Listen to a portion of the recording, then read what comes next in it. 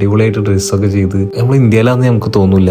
ഈ 3 മണ്ടന്മാരായിട്ട് നമ്മൾ ഡൽഹിയിൽ നിന്ന് ബസ് വിളിച്ചു വന്നത് ഹിമാചലിലെ ധർമ്മശാലയ്ക്കാണ്. നമ്മുടെ കയ്യിൽ കുറെ പൈസ ഉള്ളതുകൊണ്ട് നമ്മൾ ഈ ബാഗും തൂക്കി ഇവിടെ നടന്നിട്ടാണ് കാണുന്നത്. ഇനി ഒരു ഹോസ്റ്റലും കണ്ടുപിടിക്കണം. സത്യത്തിൽ ഈ നാട് നടന്നിട്ട് തന്നെയാണ് കാണുന്നത്. നടന്ന് കാണുമ്പോൾ ഒരു പ്രശ്നം, ഓരോ 10 മിനിറ്റ് എവിടെയൊക്കെ നിന്ന് എന്തേലൊക്കെ ഒന്ന് തിന്നണം. അങ്ങനെ നമ്മളൊരു കഫേയിൽ കയറി. ഇതൊരു ഫാമിലി നടത്തുന്ന കഫേയാണ്. അവിടുത്തെ ആളിനായിട്ട് സംസാരിച്ച് കുറെ നേരം ഞങ്ങൾ അവിടെ ഇരുന്ന് നല്ലൊരു ബ്രെഡും കോഫിയൊക്കെ കുടിച്ചിട്ട് ഇങ്ങനെ ഇരിക്കാം. എന്ത് രസാന്നറിയോ. അവിടുന്ന് ഇറങ്ങി പിന്നെ ഞങ്ങൾ ഇങ്ങനെ നടന്ന് എവിടേക്കാണോ അറിയില്ല. ഈ സ്ഥലവും ഈ നാടും ഒരു പ്രത്യേക രസമാണ് കാണാനും. എന്ത് വൃത്തിയാന്നറിയോ. എല്ലാരും നല്ല അടിപൊളിയായിട്ട് ഡ്രസ്സൊക്കെ ചെയ്ത് നമ്മൾ ഇന്ത്യയിലാന്ന് നമുക്ക് തോന്നൂല. അങ്ങനത്തെ ഒരു സ്ഥലം. അങ്ങനെ നടന്ന് നമ്മൾ എത്തിയത് ദലൈലാമയുടെ കൊട്ടാരത്തിലാണ്. ഇവിടുത്തെ ഏറ്റവും വലിയ പ്രത്യേകത ഇവിടുത്തെ ഈ മൂത്രമൊഴിക്കുന്ന വ്യൂ ആണ്.